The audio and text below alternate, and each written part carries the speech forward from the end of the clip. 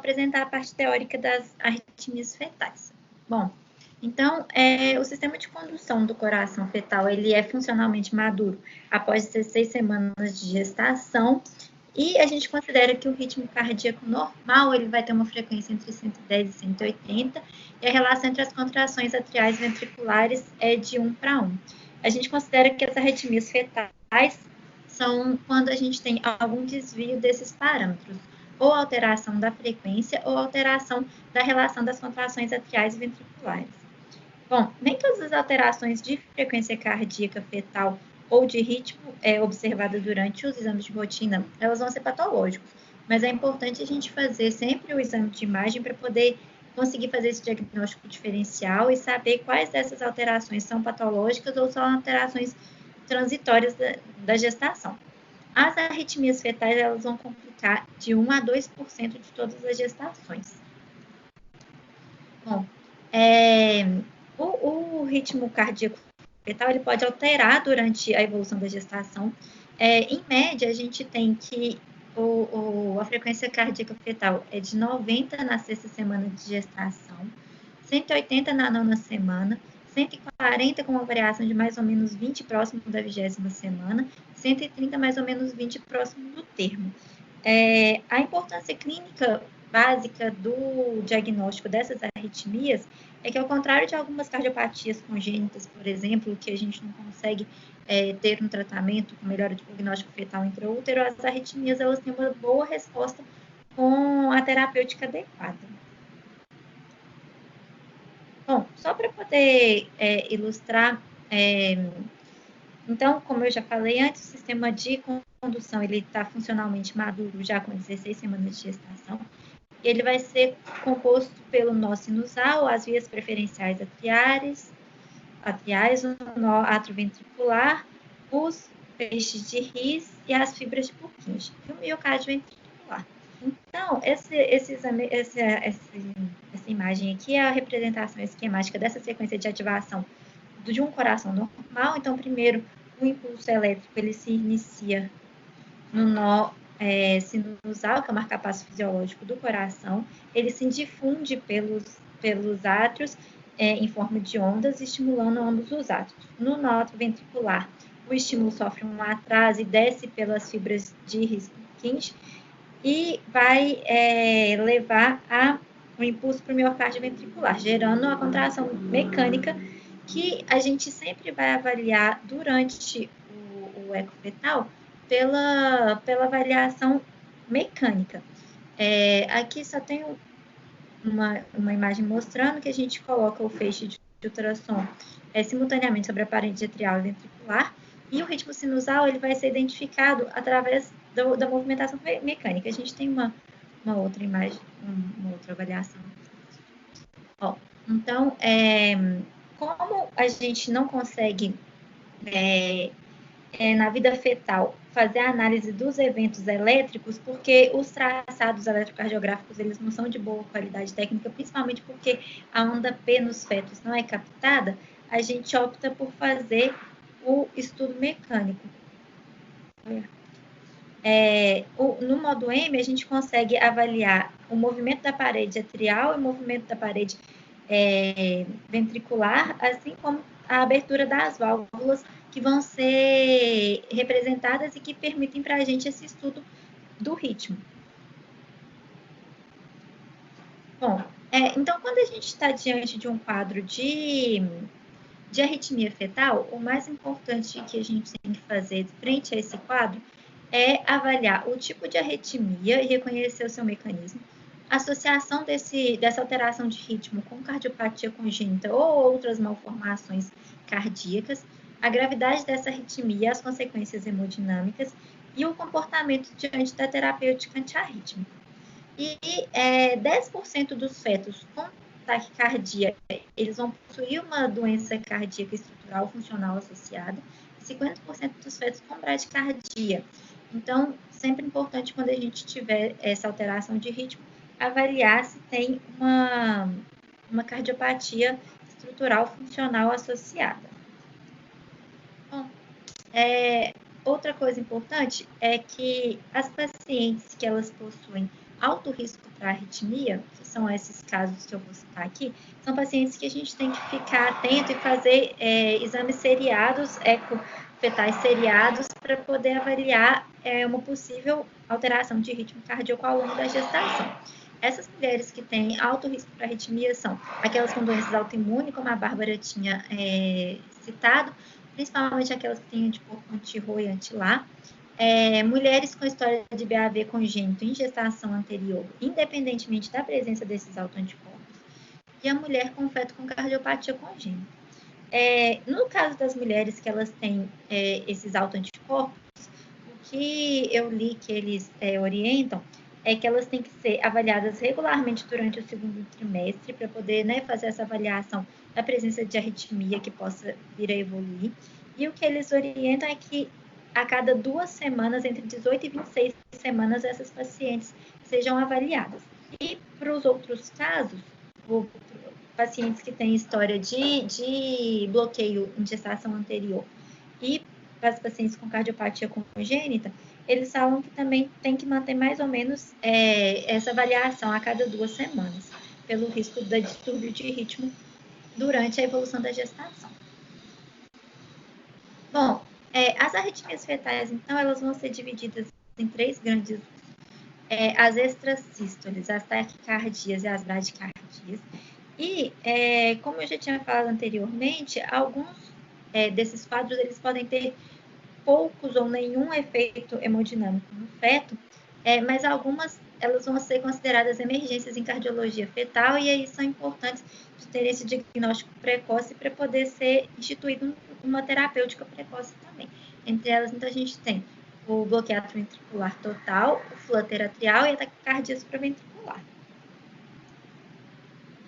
Então, primeiro falando sobre a extrasístole, as extrasístoles ocorrem em 1 a 3% das gestações e, habitualmente, elas são benignas, sem determinar repercussões no feto. Algumas vezes, quando a gente tem bigeminismo ou trigeminismo, que são essas extrasístoles mais frequentes, né?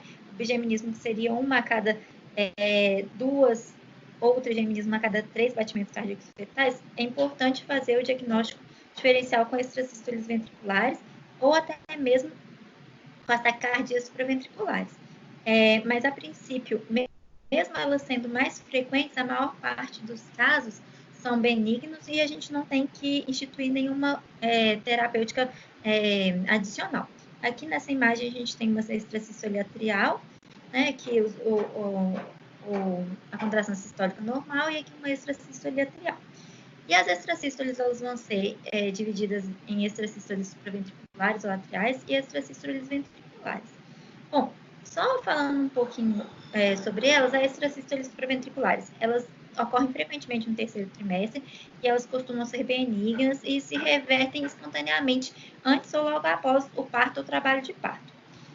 O diagnóstico ele vai ser feito aqui, como a gente pode observar, pela atividade atrial precoce, com ou sem atividade ventricular correspondente, porque essa onda ela pode ser conduzida ou bloqueada, e normalmente elas não vão ser percursoras de outras taquiarritmias, apesar de que tem alguns estudos que falam que quando essas extrasístoles começam a ser mais frequentes, em aproximadamente 1% dos casos elas podem ser precursoras de taquiarritmias, que vão ser quadros que a gente vai ter maior preocupação.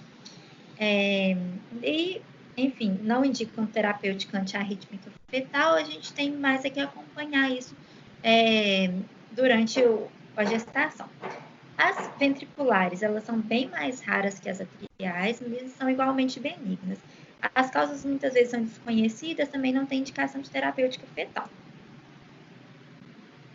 Bom, aqui é só um quadro mostrando, então, que a maior parte delas, das extrasístoles ventriculares e supraventriculares vão ser idiopáticas e que nenhuma delas, a gente tem outras causas como aneurisma de fossa oval, miocardite, tumores cardíacos, mas nenhuma delas vai indicar algum tratamento, algum manejo intrauterino adicional.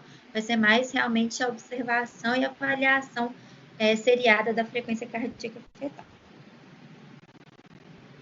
Bom, Então, das extrasístoles é isso.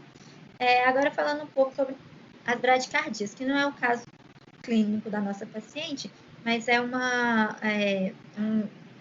diagnóstico importante também. Então, as bradicardias, elas vão ser assim classificadas quando a gente tiver uma frequência cardíaca igual ou inferior a 100.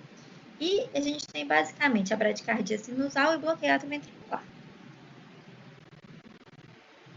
A bradicardia sinusal, a gente tem uma redução do ritmo cardíaco fetal, com frequência cardíaca igual ou inferior a 100, e a gente vai ter uma condução AV de 1 para 1. Então, apesar do ritmo mais lento, todos os estímulos atriais vão ser conduzidos para o ventrículo. Frequentemente, ela é associada a uma resposta do tono vagal secundária à hipóxia ou à compressão do cordão umbilical.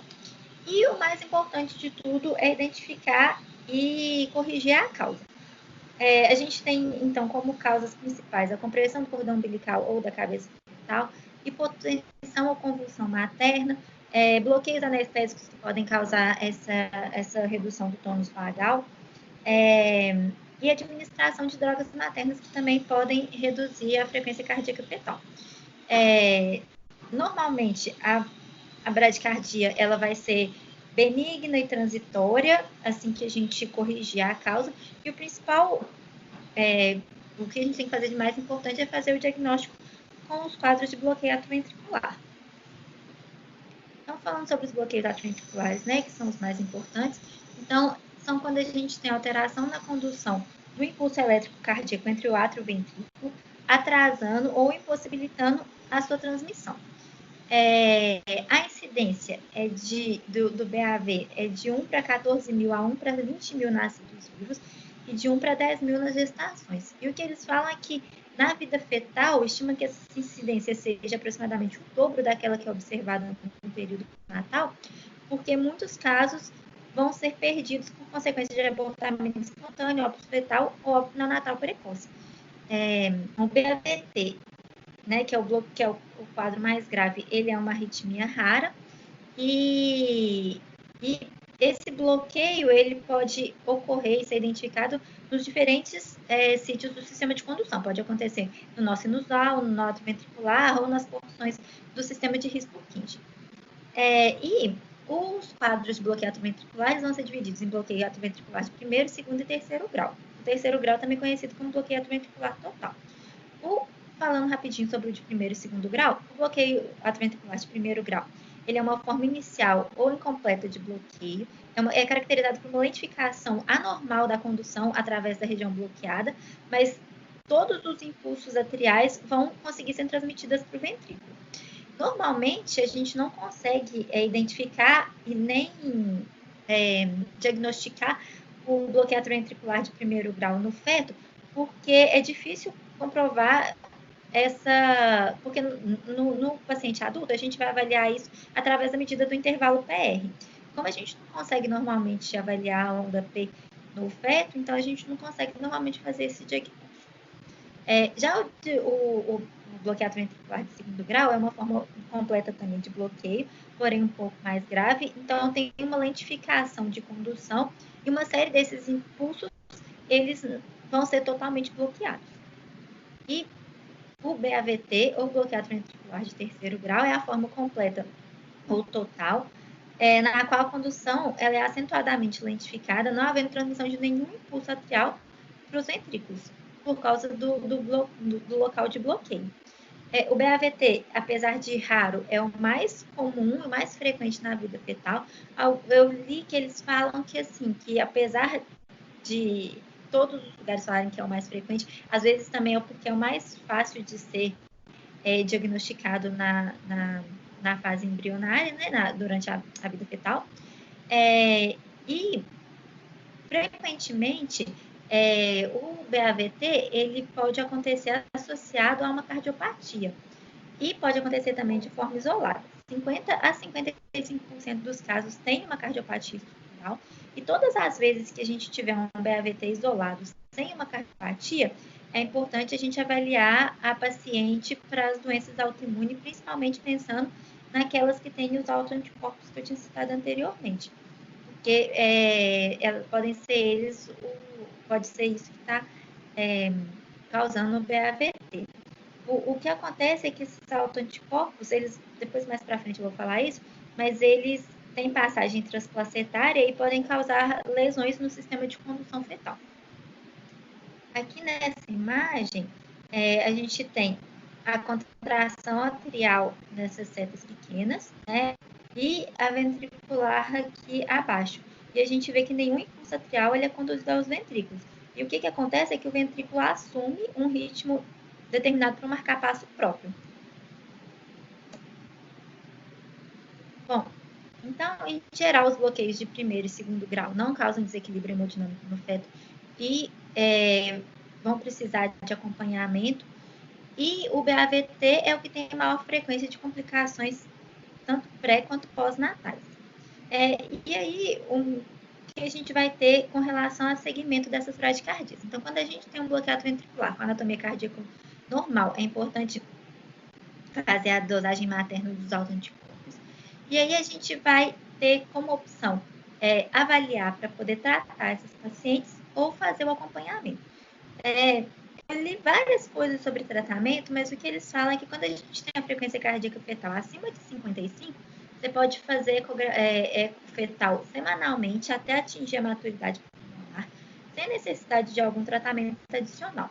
Mas os quadros com essa frequência cardíaca fetal acima de 55, normalmente eles não vão estar associados a nenhuma alteração de hemodinâmica do feto. Então, tem a opção da gente fazer essa conduta expectante.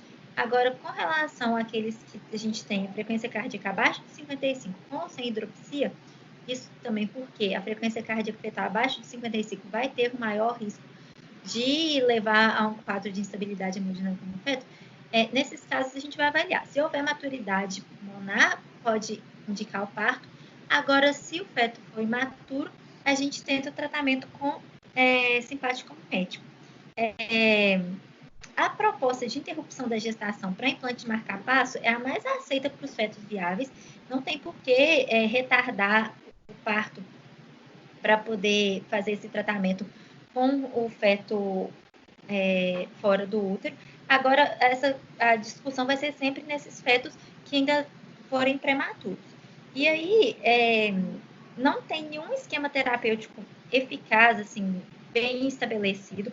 O que eu vi, assim, como melhor opção terapêutica é exatamente o uso de simpático mimético, e aí eles colocam o uso de terbutalina de 2,5 mg a 5 mg a cada 4 ou 6 horas para poder avaliar, conseguir aumentar essa frequência cardíaca fetal. E, normalmente, isso a gente faz até atingir a maturidade pulmonar para depois fazer o tratamento definitivo com o feto fora do útero. Tem alguns estudos que mostram, assim, outras tentativas de uso de marcapasso diretamente no feto, estimulação transabdominal aplicada no abdômen materno, mas até hoje nada disso foi bem sucedido. Aqui é um esquema que eles falam sobre o tratamento, então, acima de 55 a frequência sem medicação adicional, abaixo de 55 a gente avaliar o uso de simpático mimético. Alguns estudos, eles mostram que quando a gente tem esses autoanticorpos também presentes, a gente pode avaliar a administração de corticoide na tentativa de fazer a reversão para poder corrigir o ritmo. Não tem também assim uma dose bem estabelecida. O que eu vi foi um estudo que fala do uso de dexametasona na dose de 4 a 8 miligramas por via oral. Mas, assim, são poucos estudos também que consideram o uso da dexametasona. Bom, então, da bradicardia foi isso. Agora, entrando na parte que da nossa paciente, que são as taquicardias. Então, as taquicardias é quando a gente tem a frequência cardíaca normalmente acima de 160 a 180, e 5 a 10% dos fetos com taquiarritmia vão ter uma cardiopatia congênita, que é o caso da nossa paciente, né? Mas uma maioria desses fetos que têm uma taquiarritmia não vão ter uma cardiopatia associada. As taquiarritmias, elas podem ser divididas em taquicardia sinusal, taquicardia supraventricular e taquicardia ventricular. Então, falando primeiro sobre a taquicardia sinusal. Então, na taquicardia sinusal, a gente vai ter a frequência cardíaca fetal de 160 a 120 a 200. Normalmente, não ultrapassa de 200 a frequência cardíaca fetal quando a gente tem essa taquicardia sinusal. E como condição básica para a gente considerar que é uma taquicardia sinusal, a gente tem uma condução atrioventricular de 1 para 1. Todos os impulsos são conduzidos. E a duração normal do intervalo atrioventricular. A gente tem várias causas para a taquicardia sinusal. Então, a gente tem a taquicardia sinusal como marcador de hipóxia fetal precoce, níveis elevados de catecolamina materna devido à ansiedade ou quadro de dor, febre materna, tireotoxicose, infecção intraminiótica, anemia materna, uso de drogas que também podem aumentar a frequência cardíaca materna e fetal. E aí, o que é mais importante de tudo é a gente avaliar sempre essas possíveis causas para poder fazer um diagnóstico diferencial com a taquicardia supraventricular e corrigir a causa para poder avaliar a mudança do ritmo desse feto. A avaliação materno-fetal é importante para fazer esse diagnóstico diferencial. E aí, para isso, a gente vai avaliar a história materno-fetal, a história materna completa, o exame físico, abrir mão de exames laboratoriais para poder avaliar alguma possível causa de infecção. Enfim, mas a princípio a gente não tem que fazer nenhum tratamento especial para os quadros de taquicardia sinusal. A conduta vai depender mais da causa subjacente e quando a gente não tem alguma outra causa para poder tratar, a gente tem que fazer uma avaliação estrutural do coração e ver se a gente não está diante de um quadro de taquicardia supraventricular. Sobre a taquicardia supraventricular, então, a gente tem usualmente a frequência cardíaca acima de 200 e essas taquicardias supraventriculares que vão ser mais importantes da gente fazer um diagnóstico precoce para instituir tratamento. Os intervalos regulares entre os batimentos e a condução atrioventricular normalmente são de 1 para 1 também. E a gente tem dois mecanismos eletrofisiológicos principais para os quadros de taquicardia supraventricular. A gente tem a maior parte dos quadros com um mecanismo de reentrada e a menor parte por foco ectópico. O que acontece? A taquicardia supraventricular é a taquicardia fetal mais comum, aproximadamente 90% dos casos de taquiarritmia são por causa de taquicardia supraventricular e, mais comumente, eles são intermitentes. A gente tem períodos de taquicardia supraventricular associadas a uma volta para o ritmo sinusal. E, inclusive, quanto mais tempo de taquicardia supraventricular, maior a chance de repercussões hemodinâmicas nesse efeito. Só falando um pouquinho sobre os mecanismos eletrofisiológicos, o mecanismo mais comum é a reentrada. A reentrada, ela inicia quando a gente tem uma extrasístole, que depois que ela passa pelo nó atrioventricular, ela encontra uma via acessória fora do seu período refratário e em condições de conduzir o estímulo retrogradamente.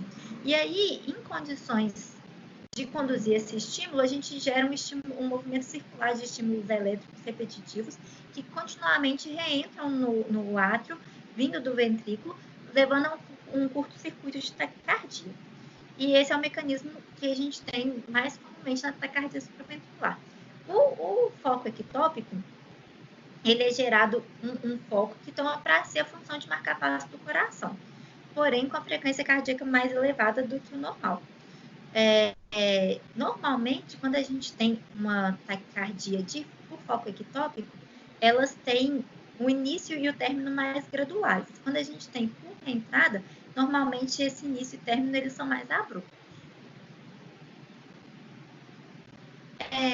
E aqui uma coisa que eu acho que é importante, que embora os mecanismos eletrofisiológicos sejam fatores de importância clínica, toda vez que a gente tem uma taquicardia supraventricular, independente da gente conseguir ou não estabelecer qual que é esse mecanismo eletrofisiológico que está causando, o mais importante é a gente fazer o diagnóstico, porque independente do mecanismo, a terapêutica fetal vai ser a mesma. E quanto mais prolongado esses períodos de taquicardia, maior a possibilidade de hidropsia fetal. Então, quanto mais precoce se fizer o diagnóstico e instituir o tratamento, melhor para esses fetos. Só falando um pouco sobre os sinais ecográficos de comprometimento hemodinâmico, inicialmente a gente tem o aumento do diâmetro teatral e regurgitação valvar retroventricular e posteriormente a gente vai observar uma cardiomegalia, uma função sistólica diminuída e a gente já pode começar a observar sinais de hidropsia fetal não imune. A taxa de mortalidade de fetos hidrópicos com taquicardia supraventricular é superior a 50%, então é importante que a gente consiga fazer esse diagnóstico precoce para poder instituir o tratamento. O que a gente sabe é que muitos dos fetos, quando a gente já faz esse diagnóstico, quando ele já tem algum sinal de hidropsia, a resposta dele ao tratamento é sempre menor e a mortalidade desses fetos é maior.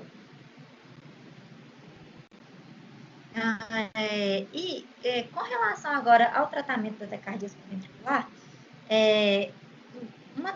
dos objetivos do tratamento desses fetos não necessariamente é parar a taquicardia supraventricular, mas o que eles falam que é o objetivo é diminuir a taxa de episódios de taquicardia supraventricular de forma que a gente permita um bom débito cardíaco para poder permitir uma boa hemodinâmica desse feto, para poder diminuir essa mortalidade. Apesar de que os estudos, a maioria deles, eles mostram uma taxa de sucesso alta com o tratamento. A gente tem uma cardioversão de 65% a 95% dos casos dentro das 48 primeiras horas até uma semana depois do início da terapia. O mais importante é realmente que essa terapia seja iniciada de forma precoce. Com relação à terapia, a gente tem várias coisas, vários parâmetros para a gente poder avaliar e instituir uma terapia adequada. Primeiro é com relação à idade gestacional. Os fetos que a gente diagnostica uma taquicardia supraventricular, que eles têm mais de 37 semanas, a gente já pode avaliar, discutir a interrupção da gestação.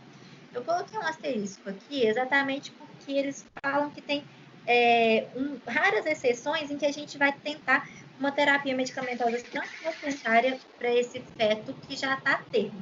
E os casos em que isso não acontecer são os casos que o feto já tem algum sinal de hidropsia fetal.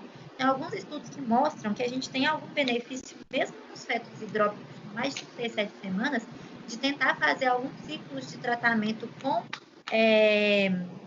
digoxina para poder avaliar.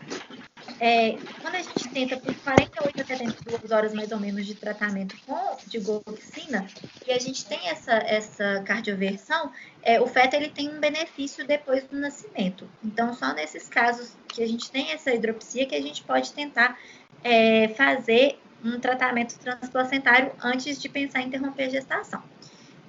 Agora, nos casos dos fetos entre 30 a 36 semanas, a gente tenta terapia medicamentosa transplacentária, assim como os fetos abaixo de 30 semanas. Uma outra coisa que vai valer a pena para a gente, então, para poder avaliar, além da idade gestacional, com relação à instituição de tratamento, é com relação à taxa de frequência cardíaca fetal. Alguns estudos mostram que quando a gente tem uma taquicardia supraventricular com taxas entre 200 e 220, a gente pode, e o feto, né, é um feto sem sinal nenhum de hidropsia, a gente pode pensar em fazer um acompanhamento desse feto para poder avaliar como que ele vai evoluir antes de instituir uma terapia medicamentosa. Agora, já com os fetos com frequência cardíaca fetal acima de 220, já não tem um benefício de não instituir terapia imediatamente pela chance que esse feto tem de evoluir para hidropsia. Um outro dado também, aqui eu já coloquei outras coisas, um outro dado também que eles falam é que com relação a essa cardíaca ventricular, e quando a gente tem, que normalmente a gente pode avaliar. Alguém está com o microfone ligado? é que quando a gente tem essa paciente que a gente diagnostica com taquicardia supraventricular, a gente pode internar essa paciente e fazer uma monitorização dessa frequência cardíaca fetal. Que quando esses fetos sem hidropsia, eles têm uma taxa de taquicardia supraventricular acima de 50% durante a monitorização, as pacientes vão ter benefício de instituição de terapia medicamentosa. E quando menos de 50% do tempo essa paciente está em ritmo menos de 50% do tempo ele não está em ritmo sinusal, a gente pode observar esse feto. Acho que na prática, assim, pelo que eu li, eles acabam instituindo terapia para todas as pacientes pré-termo em que tem esse ritmo de taquicardia supraventricular acima de 220. Mas tem essa opção também de você internar a paciente e ficar monitorando o ritmo por um tempo. Bom, agora com relação à terapia. Antes de iniciar o tratamento, que é uma coisa importante, a gente tem que avaliar.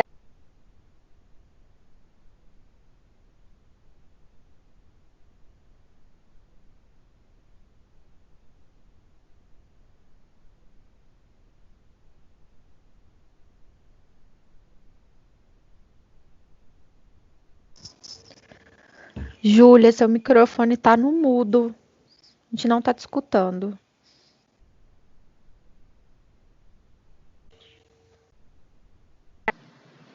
E agora?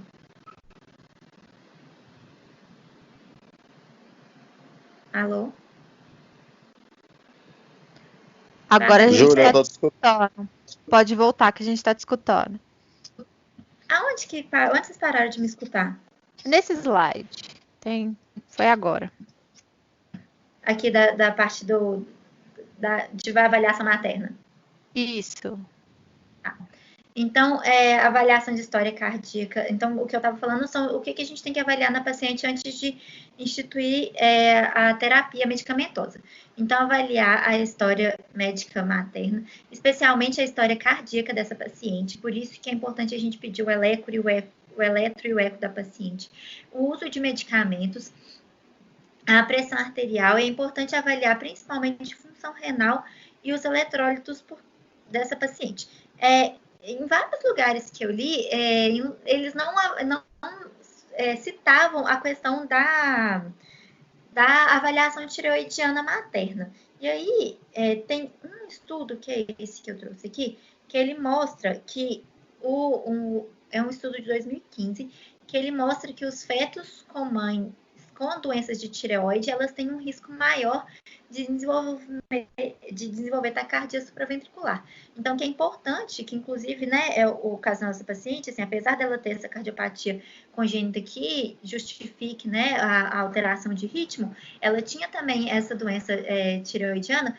Então, eles falam que é importante para todas as pacientes que a gente tem um feto com taquicardia supraventricular, principalmente isolada, a gente avaliar fazer uma avaliação tireoidiana dessa paciente.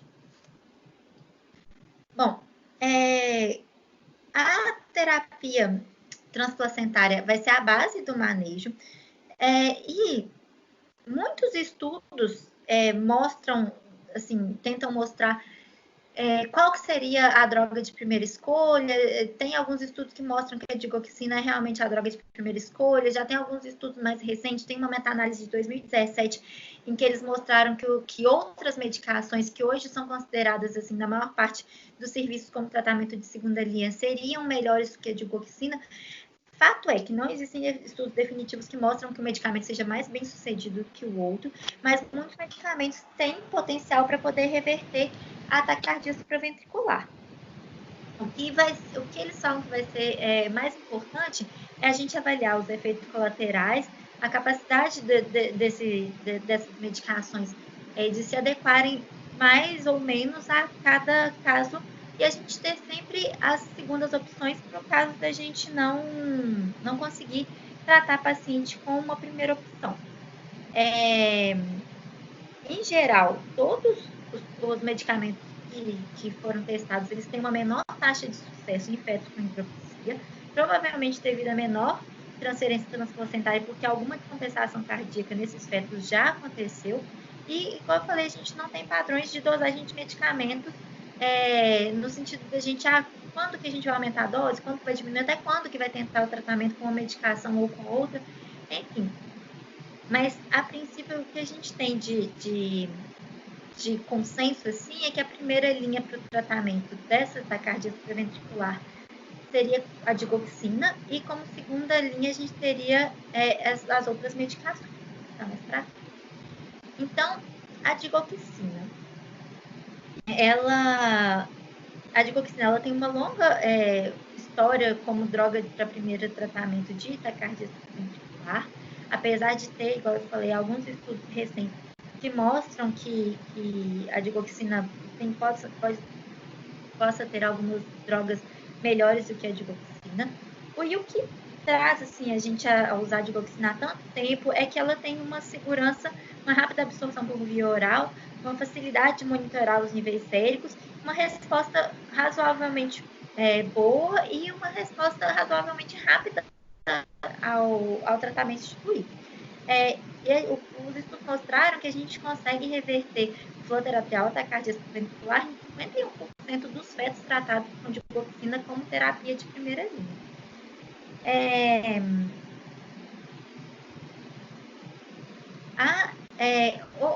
Como via, assim, preferencialmente a gente usa a via transplacentária com absorção oral, e já foram feitos estudos tentando mostrar se seria mais eficaz o uso da injeção intramuscular ou intraperitoneal fetal direta da digoxina.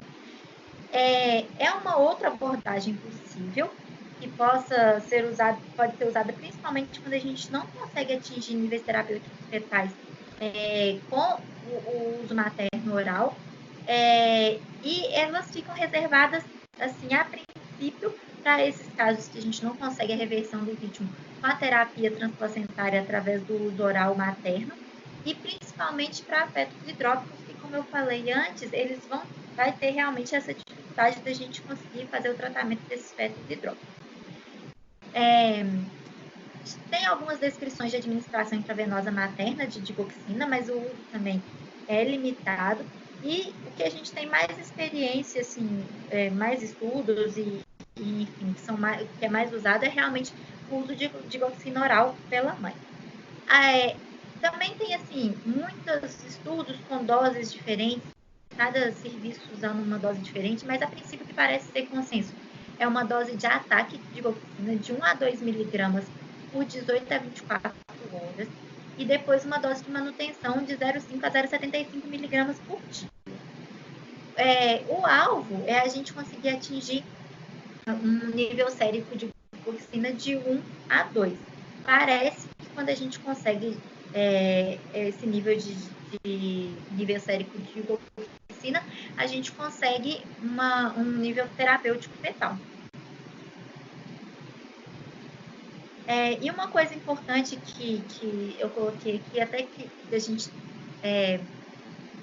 teve bastante assim, discussão com relação a isso, eu e a Bárbara, sobre a parte da intoxicação digitálica, porque, a princípio, para uma paciente que tem função renal normal, a gente usaria assim, essa dose um pouco menor se a gente não tivesse que atingir um nível sérico fetal.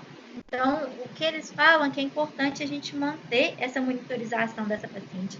Inclusive, nas primeiras 72 horas, a recomendação é que a paciente realmente faça esse tratamento internada, para poder conseguir avaliar esses efeitos de intoxicação digitálica, para posteriormente a gente conseguir fazer esse tratamento com a paciente ambulatorial. Eles falam que tem alguns casos de algumas pacientes assim, que tenham função renal muito normal, pacientes jovens, que o feto não seja hidrópico, que dá para poder tentar instituir essa terapêutica com a paciente ambulatorial, mas que o mais seguro realmente seria fazer, ao começar essa terapêutica com a paciente internada. E, então, com relação à intoxicação digitálica, então, os primeiros sintomas de intoxicação digitálica que a paciente queixaria seriam distúrbios gastrointestinais, anorexia, diarreia, náuseas e vômitos, distúrbios do sistema nervoso central, cefaleia, fadiga, tontura, e ela pode desenvolver também arritmia. Quando a gente tem... eles falam que é importante a gente fazer um eletro nas primeiras 48 a 72 horas diário, e depois esse eletro ele pode ser feito mais seriado. E alguns achados eletrocardiográficos, eles vão ser comuns da gente ter uma paciente que está usando digoxina sem que isso seja um sinal de intoxicação digitálica, e que foi o que a gente observou na nossa paciente. Ela tem todas essas alterações eletrocardiográficas, então é mudança de onda T, um achatamento ou inversão, encurtamento do intervalo QT e uma aparência escavada do segmento ST, e aumento da amplitude da onda U. Todos esses achados eletrocardiográficos, eles são comuns de aparecer, sem necessariamente indicar que a paciente está intoxicada por digitais. E aí, como segunda linha, a gente tem o lecanídeo, sotalazol e a amiodarona. Quando que a gente vai pensar em usar essas medicações? Quando a gente tem uma condição fetal que não melhora ou que se deteriora, apesar dos níveis adequados da digoxina materna. E aí, como eu falei, não tem diretrizes claras sobre quanto tempo que a gente espera passar do tratamento com uma medicação de primeira linha para avaliar a troca por uma medicação de segunda linha.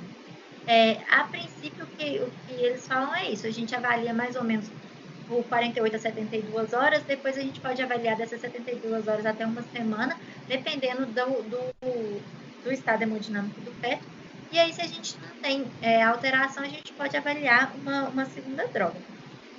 A amiodarona parece ser muito bem sucedida para aspectos com taquicardia refratária, e a amiodarona também parece que é uma das que tem uma melhor resposta para quando a gente tem um feto com sinais de hidropsia fetal. E todos eles podem ser avaliados porque eles parecem ter uma resposta quando a gente tem falha no tratamento inicial com digoxina. E após a cardioversão, então, como que a gente faz esse acompanhamento da paciente? Então, igual eu falei, a gente mantém essa paciente inicialmente internada, a gente pode ir titulando realmente essa resposta dessa paciente, e depois dessas 48 a 72 horas, a paciente ela pode fazer o acompanhamento ambulatorial. Mas é importante que a gente oriente a paciente que ela tem que fazer um mobilograma diário, avaliar a movimentação fetal, tem que fazer a avaliação do ritmo cardíaco fetal, eles falam 2 a 3 vezes por semana. E uma coisa que eles falam bastante é sobre o rastreamento de pré-eclâmpsia, porque essas pacientes podem fazer uma síndrome de espelho. Avaliação com cardiotocografia ou PBF semanalmente, o eco fetal a cada 2 ou 3 semanas, e o eletro materno e a dosagem de nível sérico a cada 1 a 2 semanas. E aí, eles falam que depois de várias semanas que a gente está, e eles não definem essas várias semanas quantas, mas eles falam mais ou menos 2 a 3 semanas que a gente está em ritmo sinusal controlado, a gente pode tentar diminuir os medicamentos. E aí foi o que a gente fez com a nossa paciente. Assim, a gente pode tentar reduzir esse medicamento e tateando. A paciente, quando a gente tentou reduzir o medicamento, ela voltou de novo para uma taquiarritmia, e aí teve que aumentar de novo. Enfim, agora estabilizou. Mas a gente pode, depois de algum tempo, tentar ir manejando essa medicação. E agora, eu falei isso tudo para taquicardia supraventricular, e a gente tem só algumas considerações a mais sobre o flutter, que eu quis trazer principalmente porque é o caso da nossa paciente. Então, o flutter atrial ele é menos comum que a taquicardia supraventricular, ela tende a ocorrer principalmente no terceiro trimestre, e a gente tem frequências atriais regulares muito rápidas, mais ou menos de 400 a 500, com frequência ventricular mais lenta, que pode estar, que era o caso da nossa paciente, de 200 a 220. Normalmente há um bloqueio atrioventricular, no caso da nossa paciente inicialmente tinha também, e não existem dados de estudos randomizados para orientar a terapia no flutter atrial, mas a princípio parece responder bem ao tratamento com digoxina, e eles falam para a gente poder usar as mesmas orientações que tem para o tratamento com ataque cardíaco supraventricular. Das outras arritmias, uma outra observação, todos os lugares que eu li, o que eles falam também é que essas taquicardias supraventriculares e essas taquiarritmias, de uma forma geral, quando elas estão associadas a uma cardiopatia, a gente tem um pouco de alteração com relação a essa resposta à terapêutica com o antiarrítmico. Então, que é uma consideração importante a se fazer, principalmente porque foi o caso da nossa paciente. Então, só falando rapidinho sobre as outras taquiarritmias, a gente tem a fibrilação atrial. A fibrilação atrial é extremamente rara no feto. E na ausência de uma valvopatia ventricular significativa, a gente tem que avaliar uma outra explicação para essa taquiarritmia. Ela também não tem uma terapêutica muito bem estabelecida para a fibrilação atrial, mas parece responder bem também à terapia com digoxina.